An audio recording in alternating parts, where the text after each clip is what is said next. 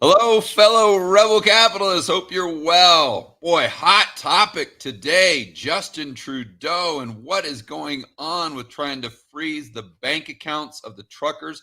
Is there a bank run going on in Canada right now? I know a lot of the banks, I think 4 or 5 of them, had really, really big problems last night. If you haven't heard, we're going to get into all that right now with my good buddy Doomberg. Doomberg, welcome back to the show, my friend. George, always a pleasure to be on with you. And we published a real heater of a piece this morning, and appreciate that you invited us to come and talk about it. Yeah, for sure, man. Let's dive right in. I'll pull up your piece. Let me do a screen share, and I'll pull up the piece, and then I'll just hand it over to you. So we got that. Okay, we should be good. Just watch me. There you go. So, "just watch me" is a very famous phrase in Canadian politics, and we ended the piece with the origin of that phrase, but it comes from Justin Trudeau's father, Mhm. former Prime Minister Pierre Elliott Trudeau, who was the last prime minister to invoke essentially, emergency powers against his own people. And when a reporter asked him, "How far are you willing to go in violating people's civil liberties in order to, restore what you think is law and order?" he replied, "Just watch me." And we thought this is a pretty interesting coming of full circle. And so this piece really is a call to action for what we see is really dangerous escalation in the um, the political leadership in the Western world, Canada, Europe, and the United States, and their assault on the liberties and freedoms of law-abiding citizens, exercising their right to free speech. There's going to be many people out there who think that the truckers have, quote, gone too far. What is your recourse when you think government has gone too far? Exactly. And this is really the ultimate debate. And what Trudeau has done is really a shocking thing. And so I didn't that realize his father did the same thing, and he was the last to do it. Wow, how yeah. ironic. So in I would argue he probably had more justification than his son in 1970. Not to get too far off course, but we do know our Canadian history here at Doomberg. There was a rebel group, a part of the separatist movement in Quebec called the FLQ, Fédération Libération de Québec. And my French is wrong. I'm sure some Canadians will correct me, but the FLQ kidnapped one politician and another business person, I believe, and ultimately murdered one of them. And his father, Pierre Elliott Trudeau, who was prime minister at the time, a very charismatic guy, by the way. Um, Trudeau mania was sort of a combination of Bill Clinton style, sort of very charismatic guy, very popular leader in his day. He called in the military to put down the FLQ rebellion in the city of Montreal. And the opening quote to this piece is him talking to a reporter saying, "Well, there's a lot of bleeding hearts around who just don't like to see people with helmets and guns. And all I can say is go on and bleed. But it's more important to keep law and order in the society than to be worried about weak-kneed people who don't like the looks of a soldier's helmet. Never mind that those soldiers were being deployed against citizens, and the FLQ, the kidnapping was really a criminal offense, and they murdered somebody. There's no question; these were not good people.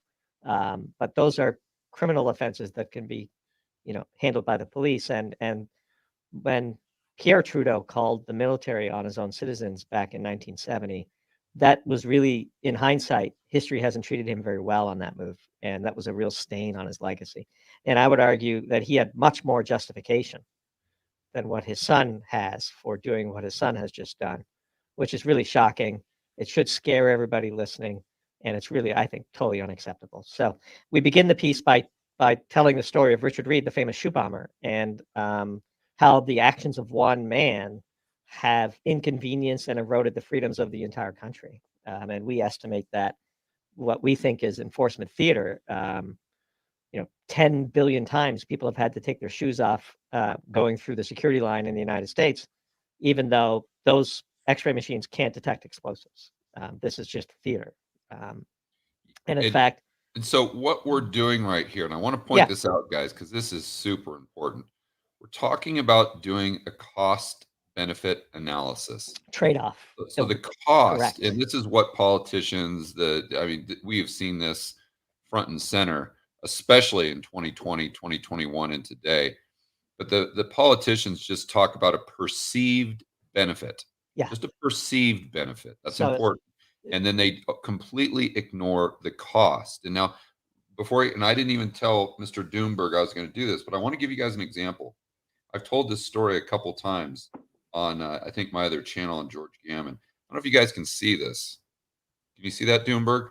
I can. It's a bullet casing, it looks like. Yeah. That is huge. So here's my thumb, and I have very big hands. I can Okay. palm a basketball. Is that a 50 cal? I have no idea. But this is a necklace that I bought, and you can see that the top is still on there. Yeah. Okay. Yeah. Right. So I bought this necklace about, I was dating a gal.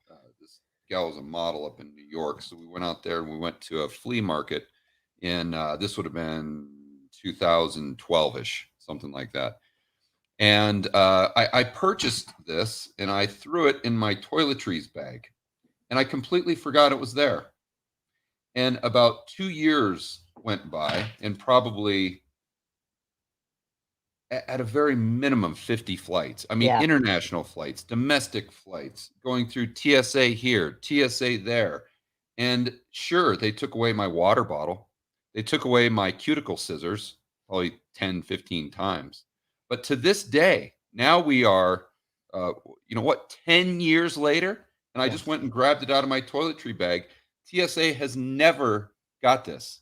They've never found this, not even once. We mentioned in the piece that in a 2015 undercover experiment, the TSA failed to detect 95% of fake weapons being brought on the planes. So, this is not a criticism of the TSA. This is a criticism of the inability for politicians and the people they allegedly represent to make reasonable trade-offs. And so what happens, especially when the risks being managed are in the headlines. Yeah. And so what you have is this desire to get to zero risk if the risk being managed is in the headlines. And so after 9/11, despite the fact that the only new development was using airplanes as weapons, and the only real solution to that is, fortifying the doors and the cockpit doors and doing deeper background checks on pilots so that they don't use planes as weapons. We have this whole host, this USA Patriot Act, which we called sort of a nightmare, Orwellian nightmare of government intrusion into your privacy and basic rights, which is designed to create zero risks around airplane travel, even though we accepted before 9/11 that occasionally one in a million your flight's going to get hijacked or your flight's going to get bombed. But it doesn't create zero risk, and that's another point. It's Listen, if the bad guys want to get a plane, they're going to get a plane regardless of what you do at TSA. That's just the bottom line. Mm-hmm. And we go into that in the piece. And so, at what point does the incremental, need for protection by and from the state? At what point does that validate the erosion of your rights? And people have been ringing this bell for a very long time. And the point of our article is Justin Trudeau's actions this week are the ultimate validation of the people that have been sounding the alarm since the Patriot Act. And this is really, really, really terrifying development. And if he gets away with it, it's going to be a very bad example for the world. I'd say the Five Eyes nations are watching to see whether he will be able to get away with this. And if he does, we're all in big trouble. So here's 4 observations that flow from 9/11. We are incapable of making reasonable trade-offs. The second one, the next paragraph, which you know well, fear is a powerful tool of propaganda. Yeah. And then, if you keep scrolling down, the third is the arrow of time here is your freedom is always being more encroached, never less. You're right. These restrictions never go away. Yep. And so then the last one is the effort to demonize people like you and I and your listeners who are raising a skeptical eyebrow to such measures is a very easy lift. So you might recall it's 20 years ago now, but it seems like yesterday for me. I'm sure you remember it well. In the period after 9/11, anybody who criticized the Patriot Act was defiling the memory of every lost fire department of New York hero, and they used that leverage. And then we go on to quote this really powerful segment of Dimitri's podcast with Simon Mikhailovich, where he talks about when you're standing in line at the TSA, you are in the Soviet Union. Don't kid yourself. This is when you give this power to bureaucrats and government officials, they will abuse it. The history of this is unblemished. It's 100%. And we're seeing that now in Canada. And this is where we pivot in the piece. For those, Doomberg, for those who haven't totally followed the story with Canada, can you briefly go over what Trudeau has done that would fall into this category of what we're talking about? Sure. So if you scroll down a bit, it'll make sense too as they see it. Where do you want me to stop? Just keep going right about there. Okay. Essentially, Justin Trudeau, at a time when COVID and Omicron were waning, and serious questions about the efficacy of the virus, of the vaccines are being raised, and Pfizer is hiding the data and all the things that you've talked about. Trudeau doubled down and picked a fight with Canadian truckers. And these people sit in their truck cabs most of the day. They're the least, the lowest risk people in our society. And they instituted a vaccine mandate.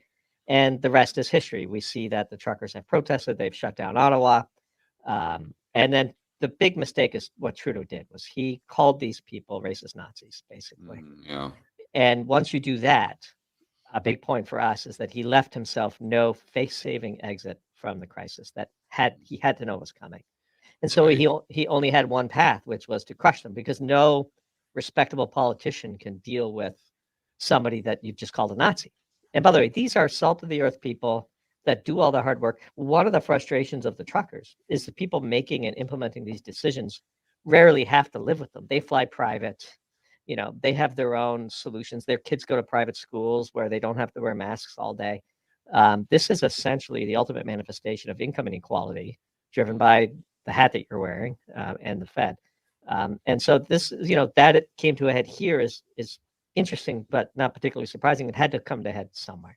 And then the most arrogant thing, which is under that subscribe button, which all the people viewing this should do, is by positioning the rights and freedoms and values of Canadians as something that needed his blessing to ensure. Right. Is the ultimate sign, as we say, this is a person born on third base who thought he hit a triple. This is the son of a Canadian prime minister. And 3 weeks ago on Twitter, we predicted this. Trudeau is ill-equipped for what's coming. And I think that prediction has stood the test of time. And so because of his inability to understand that the people were very angry about his policies, he couldn't wrap his head around it.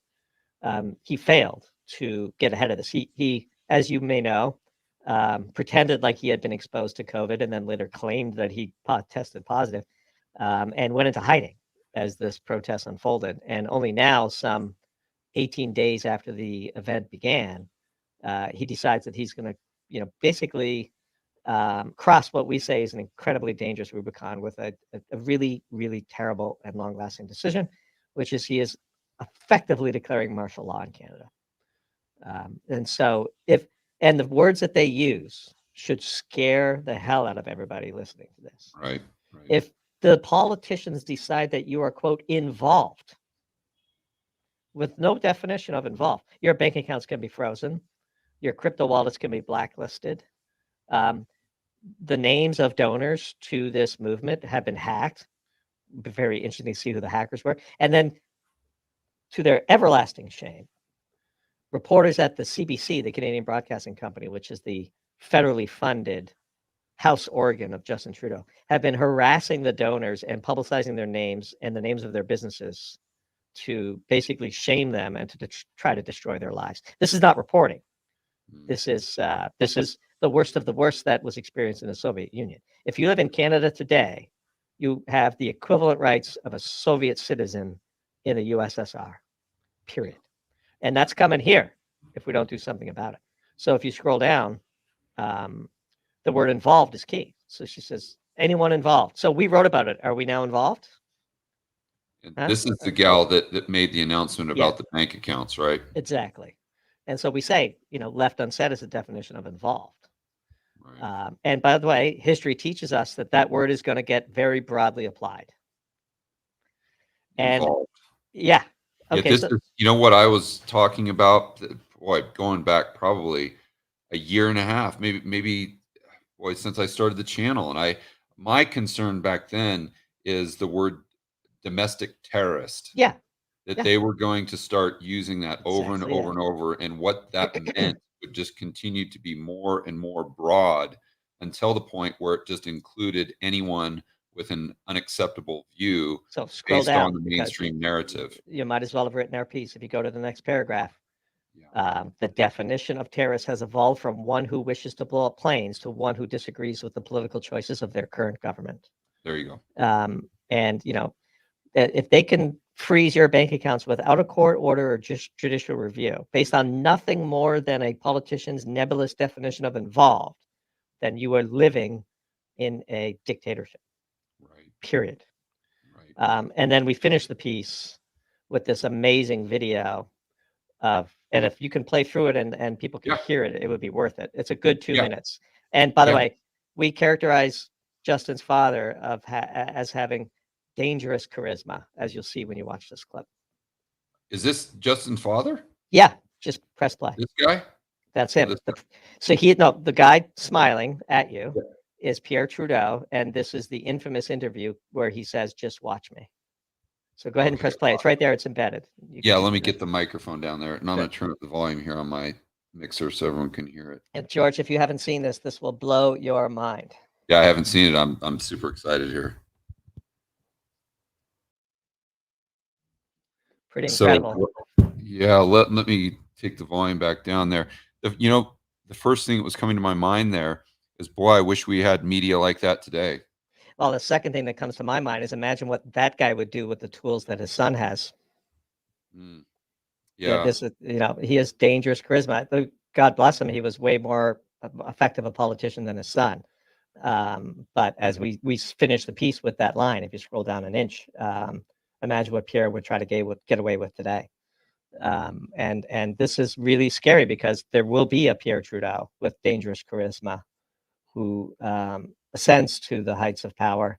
And given the precedents, it sounded very similar to what you would hear Mussolini yeah, say.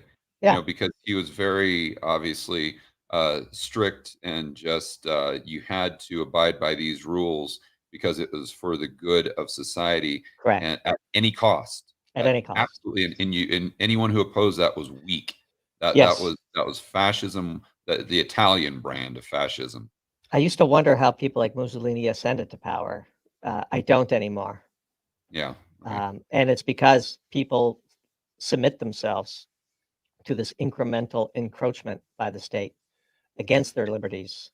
I believe that the Freedom Convoy in Canada is the manifestation of a deeper frustration. And our piece, if you read it, has nothing to do with vaccines or truckers in reality. It has everything to do with where do we draw the line between collective freedom, individual freedom, commitment to the state versus commitment to the individual. Nobody is saying that, we can't, that there's a way for us to live as a functioning society where everybody can be completely free to do whatever they want, anytime they want. Of course not. We always interfere with each other. It's a matter of degree. And our piece sounds the alarm, and many others have written similar pieces, that we think the pendulum is pushing a little too far here. If the government, so for example, we wrote a piece today about it. We are now, quote, involved because we wrote a piece that could be viewed as supportive of the Freedom Convoy, and the government of Canada has declared a state of emergency. So if somebody goes and buys a Doomberg mug from Canada, somebody who lives in Canada goes and buys a Doomberg mug, could they have their bank accounts closed? It doesn't sound like that would be something that would be plausible. We're not that far from it. We're not that far from it. When the Patriot Act was passed, it was promised that it would only be used against people who the state had a reason to believe would try to blow up a building, take a plane down, plant a dirty bomb in a big city, propagate a bioweapon, through the mail like anthrax. And now it's being turned against citizens, law-abiding citizens. People will say, oh, they're breaking the law in the demonstration in Ottawa. Fine. We can debate that. But that's a police action. That is not the basis for which we should normalize the invocation of martial law in a G7 country like Canada. Yeah, right. Exactly right. And I would argue too, and I have on several videos, that you've got to ask yourself, if it were not for the Patriot Act, would we have had the lockdowns in 2020? Of course not. This is You just see, because people, to your point, they get conditioned. You're boiling the frog slowly, Yeah. and and we've seen that happen. We've seen that at an accelerated rate since 2020. You know, first it starts with 2 weeks to flatten the curve. Yeah. Everyone says, "Yeah, okay, that's fine," and then all of a sudden it's, "Well, you're going to we're going to fire you if you don't inject this foreign substance into your body." And people are like, "Well, I don't really agree with that, but okay." And then they say, "Well, now you need to do it with your 5-year-old." And then they say, "Now, if you are against this, the government in Canada, then we're going to go ahead and freeze your bank account." You know, that's Yeah. how quickly we've gone from A to Z since 2020. But the setup there, and I think this is your point, goes back 20 years. So we need Yes. to be hyper focused. We need to be cognizant of that today to make sure that we're not in a far worse position in 5, 10, 20 years because of what we're doing today. It's hard to see how we won't be. You know, I think this is a really pivotal time in Canada, and in fact here for the U.S. as well. Yeah. What stops the Biden administration or his successor, on the Republican side, Yep. from using these very same tools?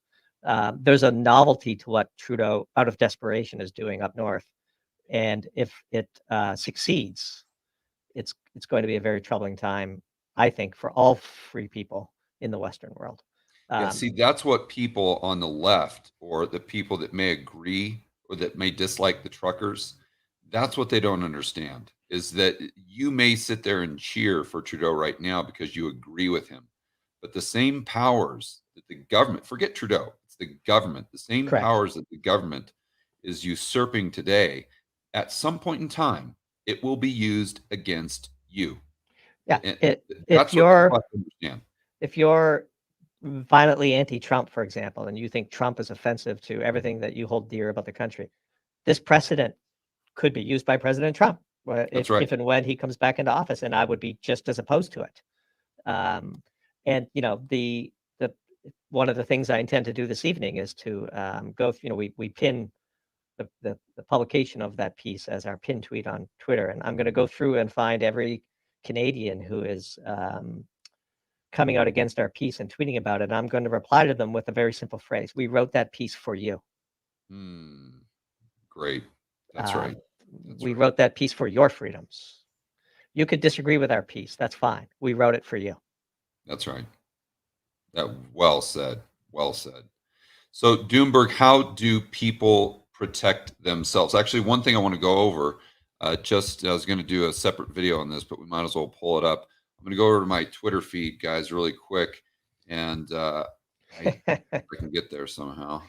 I love the Kathy doesn't even subscribe to Zoom, even though it's one of her big holdings. So Yeah, I think Chris put that out earlier, didn't he? Great moment in CNBC history. Yeah, here we go. So Yeah. this gentleman tweeted this out last night. So he says, "What the hell is happening to the Canadian banks right now?" So guys, basically Trudeau came out and said that they, like Doomberg said, they may freeze accounts for the truckers. They have. So as you would imagine, the Canadian citizens heard that and said, "Whoa, whoa, whoa, whoa! I could be next. So let me go down to the bank and take out my cash." Now, they're not claiming that's what happened. They're claiming this is something to do online, but I think it's very suspicious. Yeah. And very coincidental, to say the least, that these two things happened at the same time. So this is a chart of Scotiabank outages reported in the last 24 hours. Look at the spike here, and this was as of last night. And it's not just Scotia, RBC, BMO, TD, Canadian Trust, all of them. And I think that's another thing that's extremely suspicious, is that they would all have this problem at the exact same time. What are your thoughts? I don't know whether that's signal or noise. I know that the Canadian banks have a long history of facilitating money laundering, and it's kind of ironic that the Canadian government has decided to expand the anti-money laundering and terrorist financing acts, you know, that they have it to include crowdfunding in support of the protesters. Well, I do think this, like if the public loses trust that they will be able to access their own money from a bank account, that's a pretty small putt from here to a bank run. I don't think one will happen, to be honest with you. I think they'll just stop allowing people to withdraw money. But this is a very dangerous thing. I think this is in many ways worse than being charged with a crime. Being debanked without recourse is an extraordinarily severe form of punishment. And we need to realize as citizens that once it becomes normalized that politicians can debank somebody for an opinion. So, for example, you could say, well, here's what I mean by that. So you can say it's not right that the truckers are clogging up downtown Ottawa. We can agree to disagree on that. But what we're talking about here is before you knew that they were going to clog up Ottawa and this was just a movement, you made a donation to the GoFundMe campaign. Those names are being forwarded to banks and saying, please determine whether these are the type of people that you want to do business with. Now, if you could have donated to the truckers long before the Canadian government planted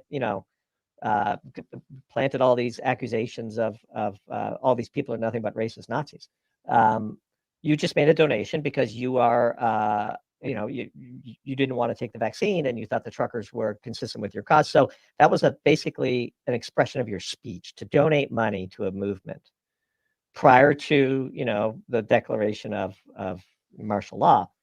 That record is being sent to banks today. Now, what does that do for people? What does that do for people's trust in the banking system? What does that do for people's trust in government?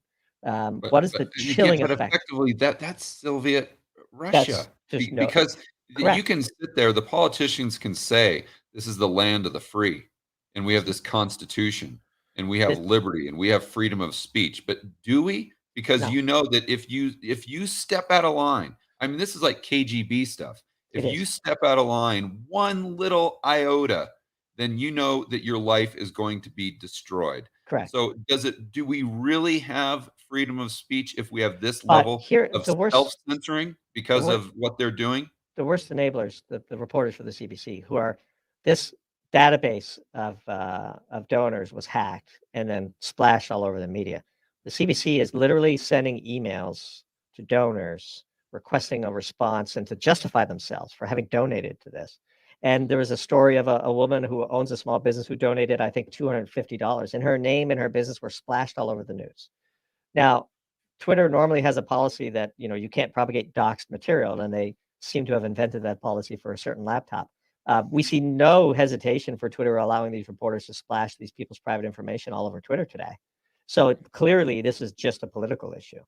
And if people donating to a cause, are you now involved? So again, you may not be the person in Ottawa who's blocking traffic or violating, the free flow of goods at a bridge, across the U.S.-Canadian border. You simply expressed an opinion by donating money to people. You are not responsible for the behavior of those people after you've given them money. But yet, under the Emergency Act that Justin Trudeau just invoked in Canada, the act of donating to a cause that you believe in could get you unbanked. Yeah, so what happens to donations in the future? Not just for the truckers, but let's just say XYZ movement that you believe in the future. Effectively, what they've done is squashed any future dissent from the government narrative, because now no one, even if there is GoFundMe, let's say, no one is going to use it because they're afraid. They're finished. And we tweeted, per your thought, right after this came out, political contributions are next. Yeah, right. You make the donation to the wrong party, you're going to get unbanked. Right. This is dictatorship. You're donating to terrorists. This is the kind of story that we used to tell ourselves about the Soviet Union to rally ourselves to say, this is why we are fighting for freedom.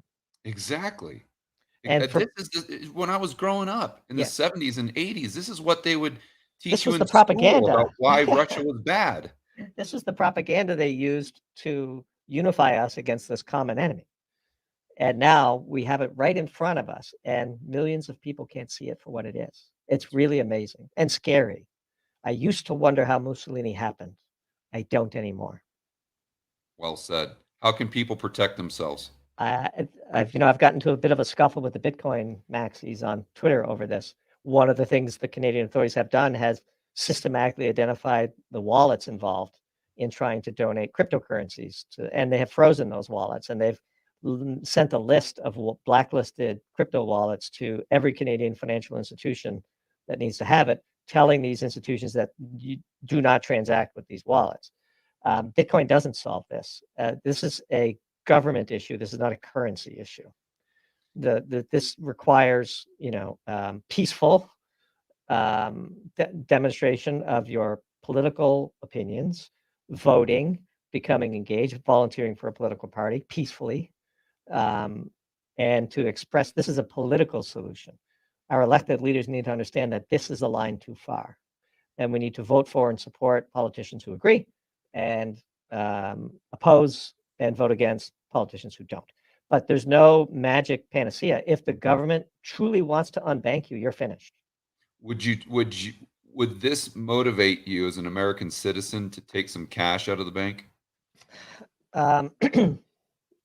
Me, no, because I don't have a lot of cash in the bank. I earn in fiat, I save by buying real assets, and then I invest privately in businesses where we can affect the outcome.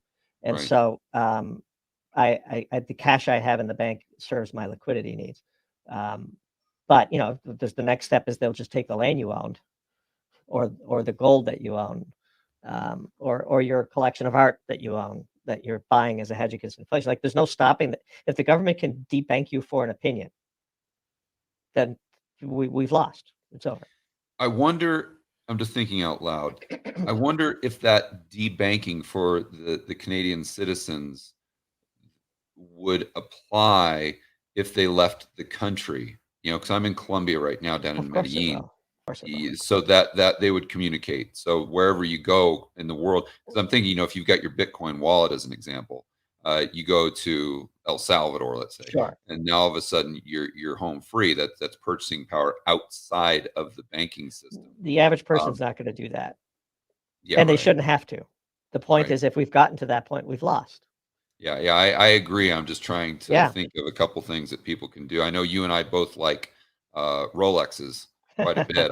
I discuss that, and people initially think I'm crazy, but then Yeah. once I explain the rationale, they're like, "Well, actually, that makes quite a bit of It's sense." the best performing asset in my portfolio in the last 18 months. Yeah. But seriously, there isn't, and this might not be the answer that people like to hear. This is a political problem that requires a political solution.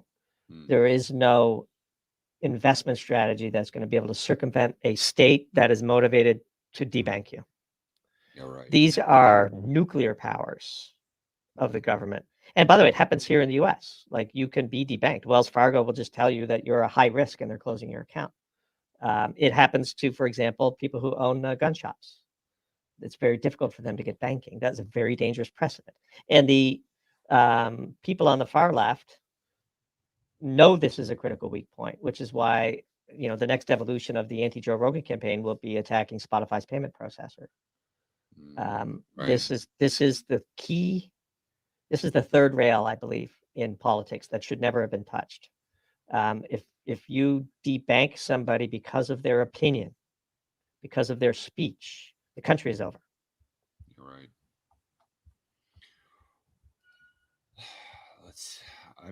Mark Moss was saying the exact same thing when I was speaking at his event. He was talking about, if you want to get outside of the system, or if you want to be anti-fragile, you've got to focus on your payment system.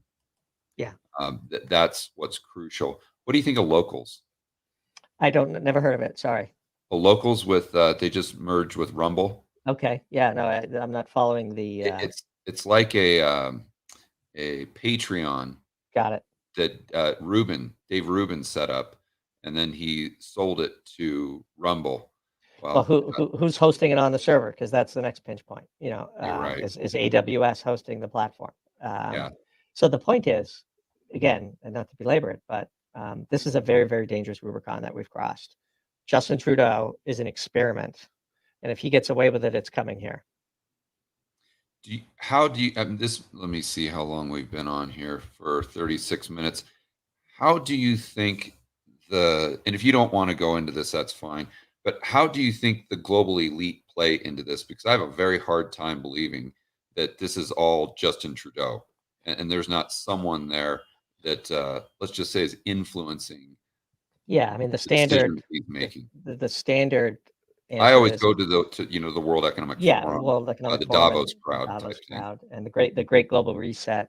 Yeah, I don't know. It's not a hole I've spent a lot of time digging into. I never imagined that we would get to this point. Maybe I should have. yeah, right. I can't say that I've done the research. I know that a lot of people say that. I look anytime I tweet about Trudeau, there's all kinds of tweets in my thread, and many of them are this famous video from Klaus. I forget what his full name is, but Klaus Schwab. Klaus Schwab, the head of the WF. Thank you. Basically bragging about how Justin Trudeau was a young rising leader in the WEF, and he had sort of inserted him in the Canadian government. Forget the exact language that he used. Let's just put it this way. Their behavior makes it more difficult to discount those quote unquote conspiracy theories. Yeah, good point. Whether or not they're true, I don't know, but they certainly are behaving in a way that makes them more plausible. Yeah. All right, Mr. Doomberg, for my viewers and listeners who want to check out that article or find out more about what you do, where can they go? Doomberg.substack.com. And you can follow us on Twitter at DoombergT. Put the letter T as in Thomas at the end of the word Doomberg. Unfortunately, somebody's squatting on at Doomberg, but one has to make do with what's available. But the real primary place is to head over to Doomberg.substack.com and sign up with your email. Put yourself on a potential unbanked list for reading such fringe and unacceptable views that we publish 2 to 3 times a week over on the Substack. Yeah. All right, buddy. Thanks for your time. Enjoy the rest of your day. You too. And for thanks. the viewers on right now, guys, this is why I always conclude every single video with make sure that you're standing up for freedom, liberty, and free market capitalism.